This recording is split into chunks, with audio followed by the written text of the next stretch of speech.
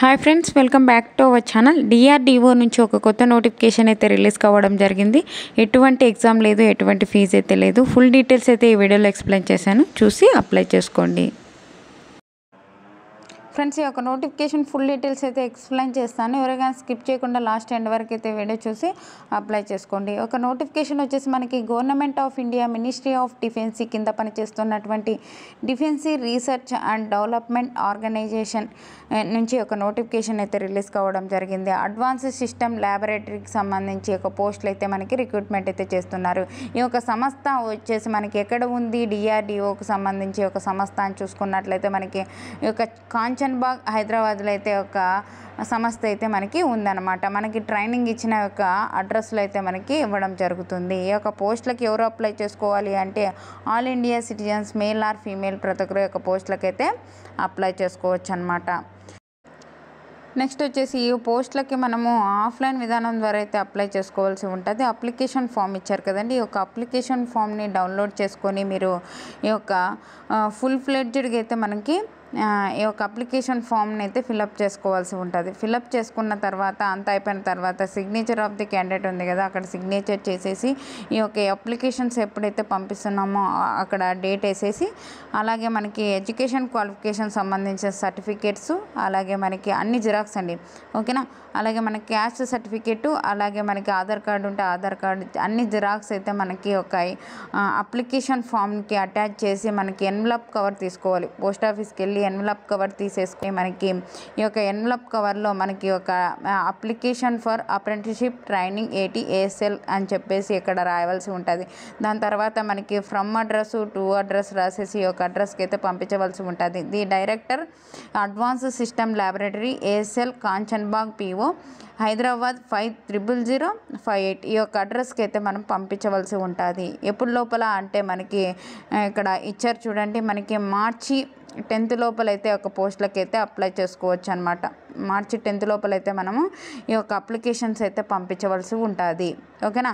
ఇక్కడ వెబ్సైట్ కూడా ఇచ్చారు, www.drdo.government.in అని చెప్పేసి ఈ యొక్క వెబ్సైట్ని విజిట్ చేసి మీరు ఈ యొక్క అప్లికేషన్ ఫామ్ని డౌన్లోడ్ చేసుకోవచ్చు. అలాగే మీరు ఈ యొక్క నోటిఫికేషన్ కూడా డౌన్లోడ్ చేసుకొని చూసుకొని ఒక పోస్టులకి అయితే అప్లై చేసుకోవచ్చు. ఇక్కడ వేకెన్సీస్ చూసుకున్నట్లయితే మనకి గ్రాడ్యుయేషన్ చేసిన వాళ్ళకైతే 15 అయితే వేకెన్సీస్ ఉన్నాయి.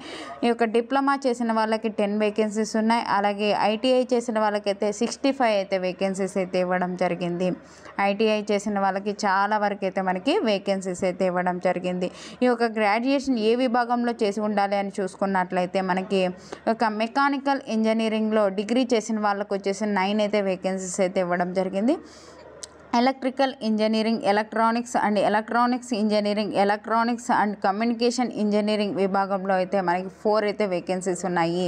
ఈ యొక్క విభాగంలో డిగ్రీ చేసినట్లయితే మనకి ఒక 4 అయితే వేకెన్సీస్ అయితే ఇవ్వడం జరిగింది. నెక్స్ట్ వచ్చేసి మనకి కంప్యూటర్ సైన్స్ ఇంజనీరింగ్ చేసిన డిగ్రీ చేసిన వాళ్ళకి 2 అయితే వేకెన్సీస్ అయితే ఇవ్వడం జరిగింది. డిప్లొమా చేసిన వాళ్ళకి మెకానికల్ ఇంజనీరింగ్లో డిప్లొమా చేసిన వాళ్ళకైతే 5 అయితే వేకెన్సీస్ ఉన్నాయి.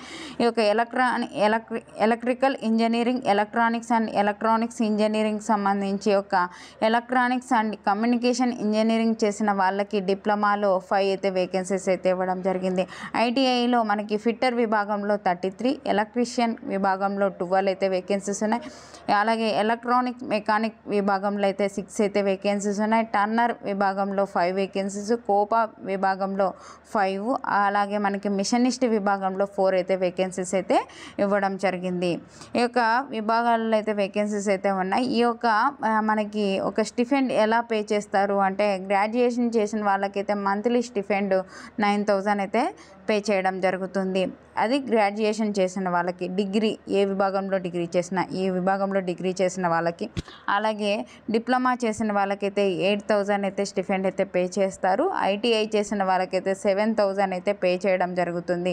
ఈ యొక్క పోస్టులకి సెలక్షన్ ప్రాసెస్ ఎలా ఉంటుంది అంటే మనకు అప్లికేషన్ పంపిస్తాం కదా ఆఫ్లైన్ విధానం ద్వారా, ఒక ఆఫ్లైన్ విధానం ద్వారా అప్లికేషన్ పంపించిన వాటిలో మనకి ఎడ్యుకేషన్ క్వాలిఫికేషన్లో వచ్చిన మార్క్స్ ఆధారంగా బేస్ చేసుకొని షార్ట్ లిస్ట్ చేసి మనకి ఒక మెయిల్ అయితే పంపించడం జరుగుతుంది మనం సెలెక్ట్ అయినట్లు. దాని తర్వాత మనకి ఒక ఎడ్యుకేషన్ క్వాలిఫికేషన్లో సంబంధించిన మార్క్స్ ఆధారంగా మనకి తీసుకొని సెలక్షన్ ప్రాసెస్ అయితే చేయడం జరుగుతుంది. ఈ యొక్క పోస్టులకు ఎవరు అప్లై చేసుకోవాలి అంటే 2021, 22, 23 ఈ యొక్క బ్యాచ్ ఈ యొక్క సంవత్సరాలలో పాస్ అవుట్ అయిన వాళ్ళు అయితే ఈ యొక్క పోస్టులకైతే ఈ యొక్క ఎడ్యుకేషన్ క్వాలిఫికేషన్ ఉండి ఈ యొక్క 2001, 2022, 23 ఈ యొక్క ఇయర్లో పాస్డ్ అవుట్ అయిన వాళ్ళు ఈ యొక్క ఎడ్యుకేషన్ క్వాలిఫికేషన్ ఉన్నట్లయితే మీకు ఈ యొక్క పోస్టులకు అయితే అప్లై చేసుకోవచ్చు. ఈ యొక్క నోటిఫికేషన్ లింక్ అయితే డిస్క్రిప్షన్లో ఇస్తాను. అలాగే మీకు వాట్సాప్ ఛానల్ లింక్ అయితే డిస్క్రిప్షన్లో ఇస్తానండి. వాట్సాప్ ఛానల్లో కూడా జాయిన్ అవ్వండి. నేను చేసే ప్రతి ఒక్క వీడియో మీకు అయితే అందుతుంది అన్నమాట. ఓకేనా? మీకు ఏమైనా డౌట్స్ ఉంటే కామెంట్ సెక్షన్లో కామెంట్ చేయండి. మీకు ఈ వీడియో నచ్చినట్లయితే కంపల్సరీగా లైక్ అయితే చేయండి. మీరు లైక్ చేయడం వల్ల నేను మరికొన్ని వీడియోస్ చేయడానికి అయితే నాకు హెల్పింగ్ అయితే ఉంటుంది. థ్యాంక్ యూ అండి. Thank you for watching. Have a nice day.